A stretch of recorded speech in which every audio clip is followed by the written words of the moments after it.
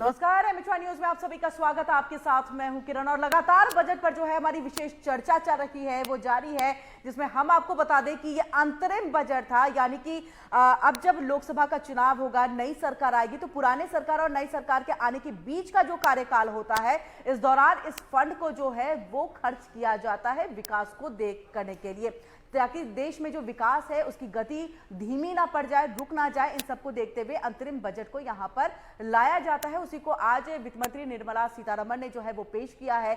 Budget को लेकर की तमाम प्रतिक्रियाएं जो है वो सामने आ रही हैं। इसी के साथ आपको ये भी बता दें, इसमें खास तौर से युवाओं का, महिलाओं का, किसानों का और इसके साथ ही गरीब वर्गों का ख्याल रखा गया है। 2 करोड़ के करीब की बात अगर हम करें तो हाउस बनाने की बात यहां पर की जा रही है। तो ये तमाम ऐसी बातें हैं जो इस बजट के दौरान रखी गई हैं। लेकिन चलिए हम यहां पर चर्चा की शुरुआत करते हैं और तमाम मेहमानों से आपकी मुलाकात करा देते हैं और फिर चर्चा की हम यहां पर आगे शुरुआत करते हैं। हमारे साथ भूपेंद्र सिंह गहलावत साहब है, बीजेपी की तरफ से है, वो हमसे जुड़ चुके हैं।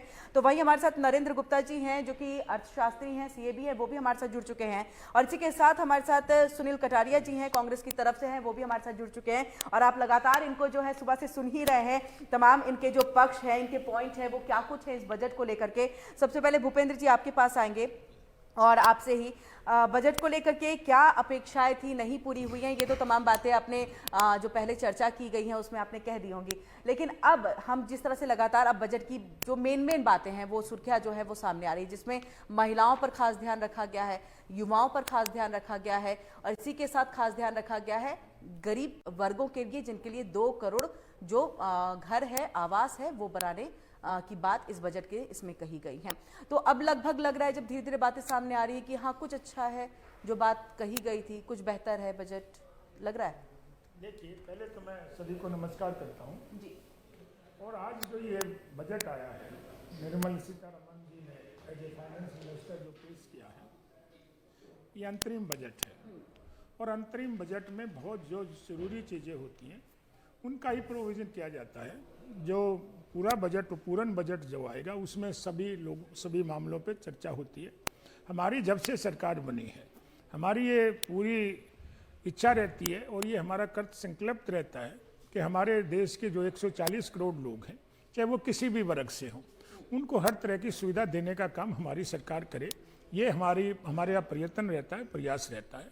चाहे वो किसान हो, चाहे बेरोजगार हो, चाहे व्यापारी हो, चाहे महिलाओं हों, और जो भी हमारे उसमें आते हैं वो सभी हमारे परिवार के लोग हैं। और हम ये चाहते हैं, आदरणीय नरेंद्र मोदी परिवार के मुखिया होने के नाते उनका भरसक प्रयास रहता है कि कोई भी आदमी उनके देश में दुखी ना हो। देखिए, हमने जो जितनी भी योजनाएं पहले से लागू की हुई हैं, चाहे ग्रामीण विकास की बात करें आप, तो शुरू से ही हमने जो योजनाएं लागू की हैं उनको और बढ़ावा देने का काम हमारी सरकार कर रही है। हमने सबको, पूरे जो देहात था, सबको नल से जल देने का काम हमारी सरकार ने किया। और जो स्वच्छ भारत के तहत पूरे देश को खुले में शौच मुक्त करने का काम हमारी सरकार ने किया।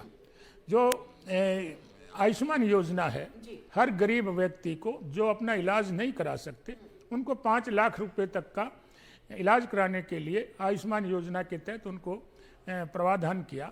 और चाहे उज्ज्वला योजना है, उसमें पहले औरतें घरों में, गांव में खास तौर पर के, उनको धुएं में आँख भी खराब हो जाती थी, जला के, और उनको खाना बनाना पड़ता था। हमने उसके तहत सिलेंडर देने का काम किया। हमारी सरकार लगातार प्रयासरत है कि सभी लोगों को, चाहे किसी वर्ग से भी आते हों, उनको सभी सुविधा मिले और सभी खुशहाल हों। नहीं, लेकिन भूपेंद्र जी सवाल ये भी खड़े हो रहे थे, क्योंकि गोद लिए गांव की बात हो रही थी, उसके विकास की बात हो रही थी। अगर हम गरीब वर्गों की बात कर रहे हैं, उनकी बढ़ोतरी, उनकी बेहतरी की बात अगर कर रहे हैं, तो क्यों इतना वक्त लग गया कि तमाम सांसदों ने उन गाँवों को गोद भी ले लिया और इतने साल बीत गए, लेकिन आज भी विकास ना के बराबर देखने को मिलता है। देखिए, मैं ये कहूँगा कि जब से 60 साल तक कांग्रेस सरकार ने यहाँ पर राज किया और उनके राज में कोई ना तो ग्रामीण विकास की बात हुई, ना किसी तरफ की कोई बात हुई।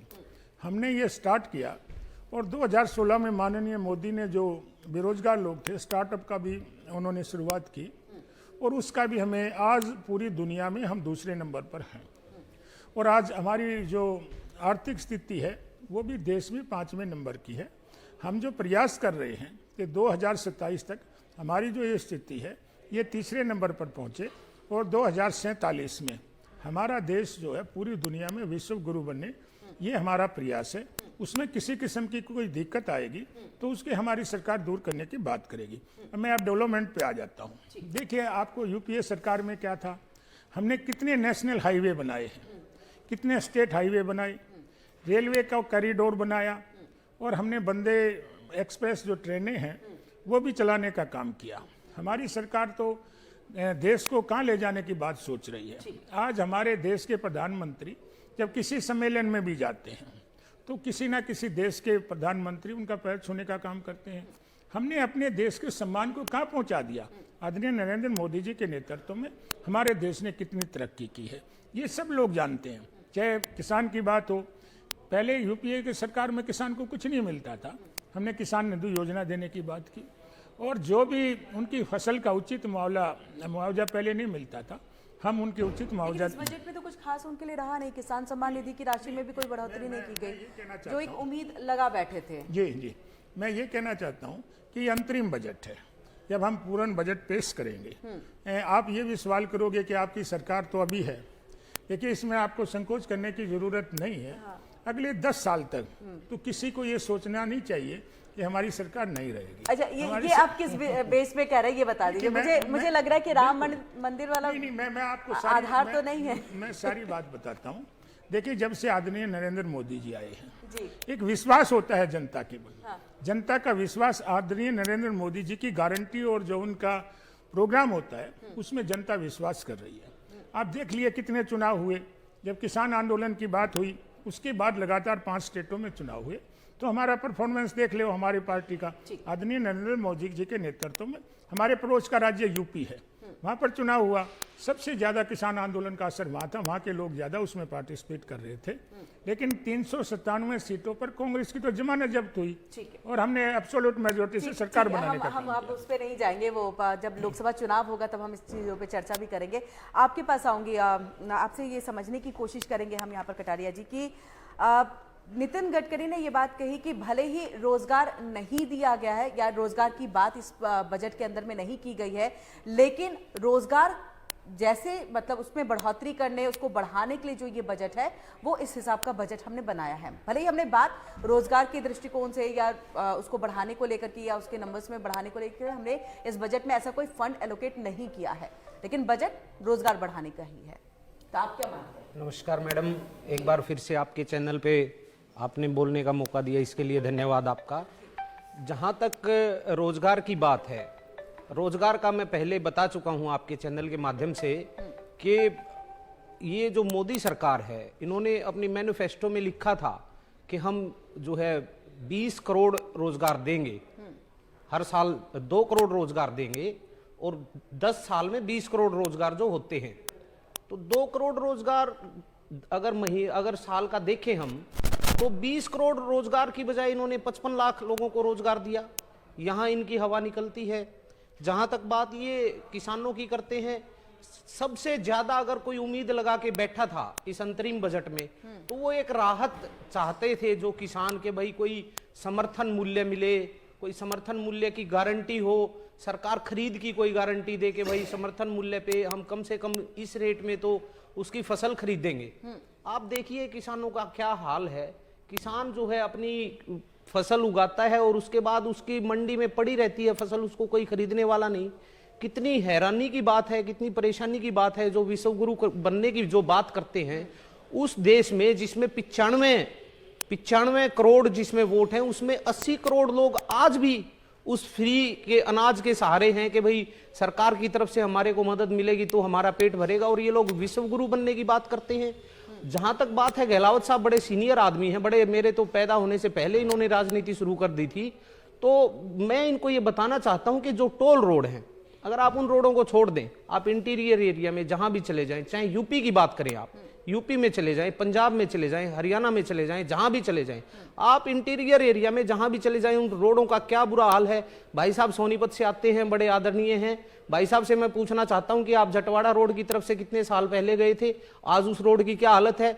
मैं दावे के साथ कहता हूं पिछले 5 साल से उस रोड की खस्ता हालत है।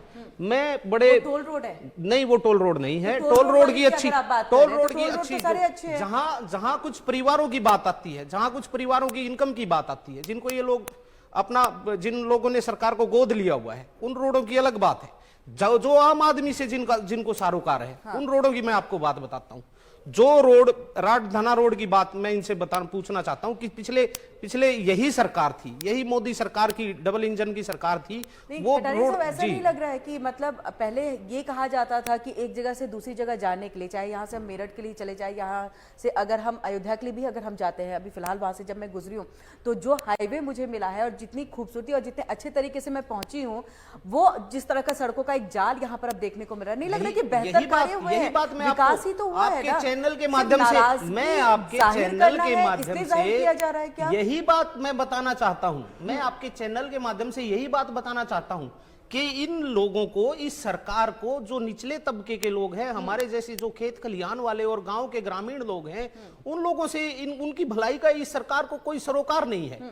इनको सिर्फ और सिर्फ जो पूंजीपति लोग हैं, जो व्यापारी लोग हैं, उन लोगों के भलाई के लिए काम करना है। अच्छा, वो सड़कें सिर्फ उनके काम में आएंगी। जो लोग गांव से, अपने गांव से, ये सड़कें सिर्फ जो पूंजीपति अपने गांव से निकलकर और डिस्ट्रिक्ट सेंटर तक जाते हैं, हाँ। उन लोगों को जाने के रास्ते भी तो चाहिए। ये बोलिए कि जो अंदर की सड़कें हैं, वही मैं बता रहा हूं, उसको भी ठीक करने की जरूरत है। वहां जो इंडस्ट्रियलिस्ट लोग हैं वो नहीं जाते, वहां से ग्रामीण निकलता है। एक ग्रामीण अपने बच्चे को पढ़ाने के लिए अपनी मोटरसाइकिल पे बिठा के चलता है, और जब उसका जवान बेटा या बेटी जब उस मोटरसाइकिल से गिरता है तो उसका दर्द जानिए आप समझिए कि जब वो हालत है। गांव के इंटीरियर आप कहीं भी चले जाइए, मैं ककरोई रोड की बात करता हूं, जहां से ये आते हैं, सेक्टर 23 के रहने वाले हैं, सेक्टर 23 के बाजू से, बगल से निकलती है वो सड़क। हाँ। पिछले 5 साल से क्या हालत है वहां की, मैं ये कहता हूं, दावे के साथ लिख के देता हूं, आज इस छोटी सी बारिश में अगर ये वहां से निकल के दिखा दे तो आप जो कहोगे मैं जुर्माना देने के लिए तैयार हूं। इतनी खस्ता हालत में वो सड़क है, यानी कि रूरल एरिया में जो सड़कें हैं, 10 गांव उस सड़क पे लगते हैं। ककरोई से निकलोई, बिधलान, निरथाण, बदाना, खेड़ी, 10 गांव उसमें लगते हैं। 10 गांव के अगर आप ज्यादा नहीं तो 10,000 किसान तो रहते होंगे उसमें, गरीब परिवार, मजदूर लोग। जवाब हम लेंगे कटारिया साहब से। नरेंद्र जी, आप कुछ कहना चाह रहे हैं अपनी बात को? सर की बात को कंटिन्यू करना चाहता हूं आगे। सर कह रहे हैं कि रोड अच्छा नहीं है, मुझे नहीं लगता है। आज यही तो सबसे प्लस पॉइंट है बीजेपी में कि पूरा इंफ्रास्ट्रक्चर इतना टाइट हो गया है। मैं यूपी से बिलोंग करता हूँ। यूपी में आज से 15 साल पहले करीब पूरा बेल्ट है पूर्वांचल का, आजमगढ़, गाजीपुर, मऊ, गोरखपुर, जौनपुर, बनारस, इन सब में रोड की इतनी बुरी हालत थी। 2000 एरा के आसपास की बात है, मैं बता रहा हूँ। मैं एक छोटा सा एक टाउन है बिलरियागंज, वहाँ से मैं बिलोंग करता हूँ। वहाँ से आजमगढ़ एक शहर है, डिस्ट्रिक्ट, हाँ, 15 किलोमीटर था। मैं वहाँ से स्कूलिंग करने जाता था, 15 किलोमीटर, 2 घंटे लगते थे हमें। हमने वैसी जगह से स्कूलिंग की है, मतलब स्कूल चूंकि वहाँ पे एक ही बड़ा स्कूल था, हमें जाना पड़ता था। लेकिन अब 15 से 20 मिनट पहुँच जाते हैं। तो रोड की वो जो पूरा जो माया जाल है ना, इतना तगड़ा हो गया अब रोड पे। तो मतलब मुझे लगता है सब एग्री करते हैं कि बहुत बढ़िया इंफ्रास्ट्रक्चर हो गया, चाहे टोल रोड हो, चाहे नॉर्मल रोड हो, स्ट्रेट रोड हो या नॉर्मल जो रोड्स होती हैं, वो सारी बहुत बढ़िया, बहुत शानदार है। रोड पे बहुत काम किया गया है। कटारिया साहब, जिस तरह से लगातार आप रोड की बात कर रहे हैं, सड़कों की बात कर रहे हैं, ये कह भी रहे हैं, तो क्या ये 10 साल में ही सिर्फ ठीक होना था सड़कों को, या 10 साल में ही सड़कें जो हैं वो खराब हो गई हैं? पहले तो कांग्रेस की ही सरकार थी, चाहे हम हरियाणा की भी क्यों ना हम बात कर ले, पहले तो कांग्रेस की सरकार थी, सड़कें तो तब भी खराब रही, तब से क्यों नहीं ठीक किया गया? या आप ये कहेंगे कि उस समय ठीक था, अब इनकी सरकार आने के बाद सड़कें खराब हुई तो मरम्मत का काम नहीं हुआ? कांग्रेस की सरकार में हर वर्ग को बराबर नजर से देखा जाता था, चाहे वो व्यापारी लोग हों, चाहे वो कर्मचारी हों, चाहे वो खेत खलिहान में रहने वाले किसान हों, गांव में रहने वाले गरीब हों, आदिवासी हों, कोई भी हो। लेकिन ये सरकार, मैं एक बार फिर बताना चाहता हूं, आप मेरी बात समझने की कोशिश कीजिए, और भाई साहब से जवाब चाहूंगा, मेरे सीनियर हैं उनसे जवाब चाहूंगा कि ये सरकार सिर्फ जो बड़े रोड हैं, जहां से व्यापारी लोग गुजरते हैं और जहां से टोल मिलता है, जहां से इनकम सोर्स हैं, वहां उन सड़कों का माया जाल बिछा दिया निसंदेह। लेकिन जो गांव के लोग हैं उनको भी तो जीने का अधिकार है, वो लोग भी तो, मैंने पहले भी बताया था, किसानों का 20% जो है उसमें। भूपेंद्र जी, नाराजगी इस बात से है कि आप लोग सिर्फ कॉर्पोरेट सेक्टर्स के लिए काम करते हैं, पूंजीपतियों के लिए काम करते हैं। नाम नहीं लिया है इस बार उन्होंने अडानी अंबानी का, वो ये कह रहे हैं कि किसानों के लिए। इसका जवाब हम भूपेंद्र जी आपसे लेंगे। एक छोटा सा ब्रेक का यहाँ पर वक्त हो गया है, ब्रेक के लिए रुकते हैं, लेकिन विशेष चर्चा लगातार जारी है।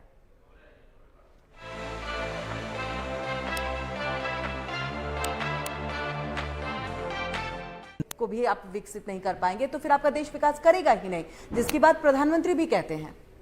देखिए, जो हमारे हमारे साथी ने एक बात की, सिर्फ और सिर्फ भारतीय जनता पार्टी एक ऐसी पार्टी है और भारतीय जनता पार्टी की सरकार एक ऐसी सरकार आई है जो सबका विकास की बात करती है और सबके लिए दूसरी पार्टी जितनी भी रही, चाहे कांग्रेस रही, चाहे सपा रही, चाहे राजद रहा, सब अपने परिवार की बात करते हैं, अपने परिवार के पालने की बात करते हैं।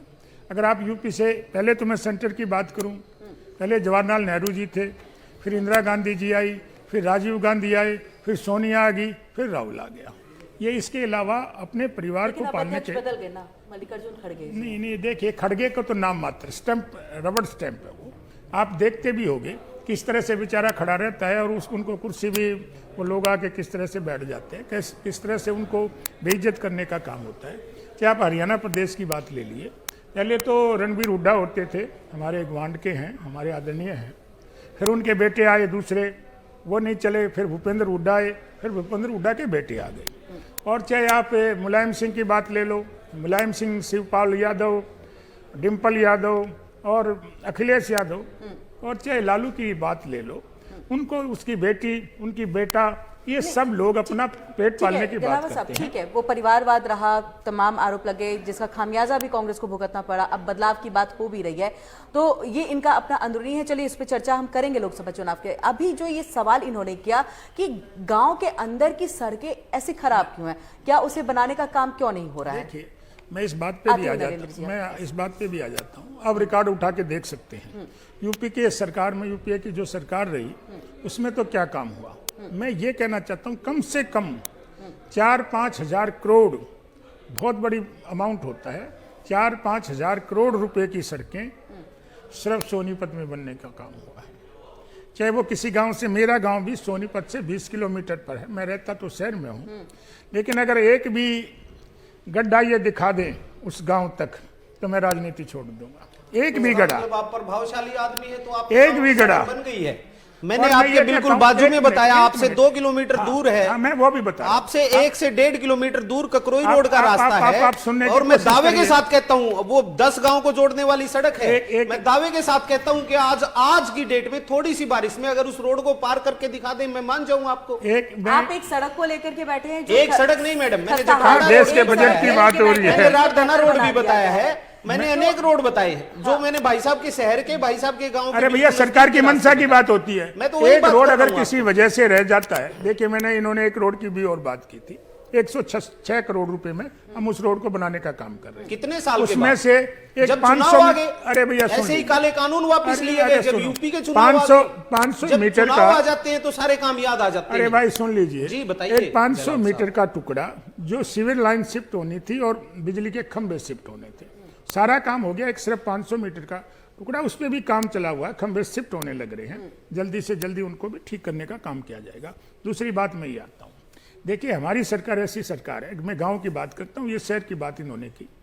आज बुजुर्गों को पेंशन देते हैं हम लोग, आयुष्मान योजना 5 लाख तक, जो गरीब लोग हैं जिनकी इनकम राष्ट्रीय स्तर पर तो 1,20,000 से कम है और जिनकी हमारी स्टेट में 1,80,000 से कम है, उनको 5 लाख रुपए तक काम देने का काम करते हैं।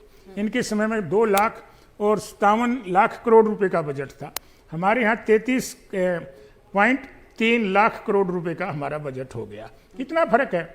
दूसरा मैं ये भी कहना चाहूँगा, इनके समय में हमने बंदे वो ट्रेन भी चलाई, तो इनके में तो खट खट खट खट करती वो इंजन से चलती थी। आज सारा नेशनल हाईवे पूरे देश के अंदर कोई भी ऐसा रोड नहीं है जो नेशनल हाईवे से या स्टेट हाईवे से जुड़ा हुआ ना हो, चाहे वो गांव से आता है चाहे कहीं से आता है। और ये तो हो सकता है कि कई बारिश की वजह से थोड़ी बहुत कहीं दिक्कत आ रही हो, उसको हम दूर करेंगे। थोड़ी बहुत तो नहीं है, थोड़ी बहुत होगी तो दूर करेंगे। कई सड़कें हैं जो भी खस्ता हाल में दावे है, के इस साथ बात में कोई दो राय नहीं है, नहीं, जिसको चीजों को ठीक करने की जरूरत है। आप नरेंद्र जी अपनी बात को रखिए। अभी ग्राम सड़क की बात हो रही है तो उसको मैं थोड़ा आगे फर्दर ले जाना चाहता हूँ। अगर इसको बहुत डिटेल में हमें समझना हो कि इसने क्या किया सड़कों पे, स्पेशली गांव के लिए, तो हमें आज से 25 साल पहले जाना होगा। 1998 जब अटल बिहारी वाजपेयी जी सरकार आती है तो उनका एक विजन था, प्रधानमंत्री ग्राम सड़क योजना। उसके पहले गांव में मैम कच्ची रोडें हुआ करती थी, आप जानते हैं, मिट्टी की या ईंट की ब्रिक्स की होती थी। 98 के बाद एकदम ड्रास्टिक चेंज होता है, छोटे छोटे गांव में सड़कें जा रही हैं, ईंट वाली, सॉरी पक्की सड़कें उसको बोलते हैं। तो गांव वालों लोग ऐसा क्या मतलब चमत्कार हो गया, छोटे छोटे गांव में भले ही छोटी रोड है 3 फीट की है 2 फीट की, लेकिन वो पक्की सड़क उनके लिए बहुत बड़ा सपना था। वो गांव से छोटे से कब्जे में 2 घंटे में साइकिल से या मोटरसाइकिल से जा पाते हैं। इक्का मतलब कार्ड भी चलता था उस समय, तो वो उनका एक विजन था। तो हम ये देख सकते हैं बीजेपी का विजन ही हमेशा सड़क पे रहा है। मैं उसमें बहुत छोटा था, लेकिन मुझे लगा ये सरकार आई, सड़क पे काम करी। अब मोदी जब से आए हैं, नितिन गडकरी जी ने क्या, इसमें कोई दो राय नहीं है कि उसमें कोई सवाल खड़े कर सके कि सड़कों का जाल बिछाने में उन्होंने कोई कमी नहीं छोड़ी है, उन्होंने किया है। आपसे चलिए हम बजट पे, नरेंद्र जी, क्योंकि आप अर्थशास्त्री हैं, सीए हैं, मैं सोच रही हूँ कि अब इस पे थोड़ा बातचीत करें, हमारे दर्शक भी सुनना चाह रहे हैं कैपेक्स को लेकर के कि कैपेक्स क्या है। 11.1% के करीब जो है अब जो खर्च बढ़ा है, तो इसका इंडस्ट्रीज पे कितना ज्यादा असर पड़ेगा, क्या होगा? कैपेक्स मतलब कैपिटल एक्सपेंडिचर। हाँ। जब कोई बड़ा खर्चा होता है, जैसे डिफेंस पे खर्चा हो रहा है, रेलवे पे खर्चा हो रहा है, रोड पे हो रहा है, दिस इज कैपिटल एक्सपेंडिचर। अब हमारा कैपिटल एक्सपेंडिचर इतना ज्यादा इसमें बढ़ा हुआ है, और बढ़ने का कारण है कि हमें इंफ्रा हमें बहुत अच्छा चाहिए ना। जब इंफ्रा अच्छा चाहिए तो ये सारी लाइटिंग लगी है तो इन पे खर्चा होता है ना। तो वैसे ही हमें अपने देश की हालत सुधारनी है तो कैपिटल एक्सपेंडिचर बढ़ेगा ही बढ़ेगा। इसीलिए शायद मे भी इसका एक रीजन है, शायद आज जो बजट आया है इसमें टैक्स में पीटीआई जो पर्सनल इनकम टैक्स पे बहुत ज्यादा स्लैबिंग में कोई सुधार, मतलब वो as it is carry forward कर दिया गया है। This is the reason why, मतलब शायद budget as it is carry forward चल रहा है। तो कैपिटल एक्सपेंडिचर तो हमारा बढ़ेगा ही बढ़ेगा। जब भी हमारा इंफ्रा अच्छा होगा तो कैपिटल एक्सपेंडिचर बढ़ना ही है। हम बस उसको एक ही तरीके से सुधार सकते हैं कि हम ज्यादा से ज्यादा एक्सपोर्ट करें, और सरकार उसके लिए बहुत ज्यादा मतलब लोगों को मतलब सब्सिडी दे रही है कि आप एक्सपोर्ट करो। टैक्स नहीं लेती है मैम, आपको पता है जीएसटी में 18% टैक्स आप इंडिया टू इंडिया ट्रेड करिए, लेकिन जैसे ही आप आउट ऑफ इंडिया कोई सर्विस देती है जीएसटी आपका पूरा माफ है, इसलिए कि हम आउट ऑफ इंडिया कंपीट कर पाए लोगों से। और मैं बता दूं, आज जब जीएसटी से पहले वैट चलता था, उसके लिए एक अंडरटेकिंग लेनी पड़ती है, लेटर ऑफ अंडरटेकिंग, उसको बोलते हैं LUT, लेटर ऑफ अंडरटेकिंग। उसके लिए हमें डिपार्टमेंट जाना पड़ता था, साहब इंस्पेक्टर से साइन कर दीजिए, साइन नहीं कर रहे हैं। अब उन्होंने, मोदी जी ने एकदम ऐसे कर दिया, चुटकी में एक OTP डाली, LUT आपको तुरंत हाथों हाथ मिलता है 1 घंटे के अंदर। तो इतना मतलब ड्रास्टिक चेंज है एक्सपोर्ट में। तो हमारा कैपिटल एक्सपेंडिचर हो रहा है, मतलब मेरा जैसे एक नॉर्मल सा मानना है, खर्चे पे तो हम कंट्रोल नहीं कर सकते, अपनी कमाई बढ़ा सकते हैं ना। तो वही हम करने चाह रहे हैं, हम एक्सपोर्ट करेंगे, अपनी इकोनॉमी और ऊपर ले जाएंगे, 5 ट्रिलियन 15 ट्रिलियन 50, मतलब विकसित देश में हम चले जाएंगे, अपने एक्सपोर्ट। मैंने कैपेक्स की भी बात इसलिए की थी क्योंकि जो बजट का पूरा फंड है उसमें से सबसे ज्यादा हिस्सा जो है वो हमारा डिफेंस सेक्टर जो है उसमें गया, तकरीबन 3.4% जो है उसमें बढ़ोतरी देखी गई है। बहुत अच्छी बात है। क्या अगर हम सुरक्षित रहेंगे तभी तो हम ट्रेड करेंगे।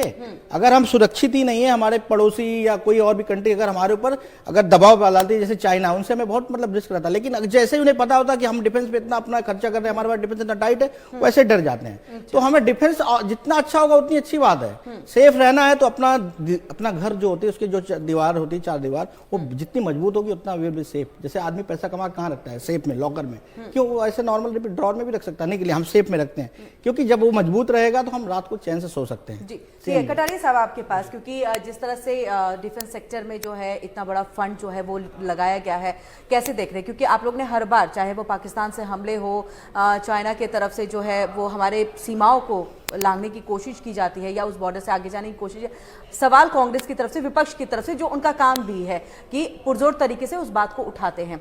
चाहे हमला हमारे देश के जवानों पर होता है तभी मैं देखती हूँ, अब जब ये रक्षा इस पे डिफेंस के ऊपर में जब इतना तमाम खर्च किया जा रहा है, लग रहा है कि अब चीजें बेहतर हो जाएंगी, बजट का इतना बड़ा हिस्सा है। ये जो है जितना खर्चा किया गया है इससे कहीं ज्यादा की जरूरत थी, और इससे भी ज्यादा जरूरत है विदेशों के साथ जो हमारी नीतियां हैं उसमें सुधार करने की। प्रधानमंत्री मोदी जी विदेशी टूर पे रहते हैं और इनकी विदेश नीति बिल्कुल कामयाब नहीं है। और मैं बताना चाहता हूं आपको कि पिछले दिनों हमारा कितना बड़ा हिस्सा चाइना ने कब्जा लिया है, और उसके आप जो कह रहे हैं मोदी जी की नीतियां, जो विदेश नीतियां कमजोर है, जितनी जरूरत है उतनी नहीं है। हाँ। और ये जो विदेशी टूर है इसको बढ़ा के अपने घर में भी बैठ के काम हो सकता है। हाँ। और एक जो जितनी ज्यादा लोगों के साथ मेल जोल और जितना प्रधानमंत्रियों के साथ, विदेश मंत्रियों के साथ जो मीटिंग होनी चाहिए, और जो हमारे टर्म्स और रिलेशन अच्छे होने चाहिए, जैसे चाइना के साथ है, पिछले दिनों कितना तानातनी का माहौल रहा, कितना हमारा एरिया कब्जा लिया गया। अगर हमारे रिलेशन अच्छे होंगे तो उसकी इतनी जरूरत नहीं पड़ेगी, एक बात। दूसरी बात, जितना इंफ्रास्ट्रक्चर हमारा मजबूत है, इससे कहीं ज्यादा मजबूत करने की और भी जरूरत है। इसमें और ज्यादा हमारे को इन्वेस्ट करना चाहिए, इसका जो है फंड और ज्यादा बढ़ाना चाहिए। जी ठीक है, चलिए इसी के साथ हम इस चर्चा को समाप्त करते हैं। यहाँ पर तमाम बातें आप लोगों ने बजट के ऊपर में की हैं और वहीं पॉलिटिकल पार्टीज की तरफ से अपने अपने पक्ष भी आपने रखे हैं पुरजोर तरीके से। आप तीनों का ही बहुत बहुत शुक्रिया हमसे जुड़ने के लिए। तो इसी के साथ बजट पर जो हम विशेष चर्चा कर रहे थे उसमें इतना ही, लेकिन देश दुनिया की बाकी खबरों के लिए आप जुड़े रहिए अमित शाह न्यूज़ के साथ।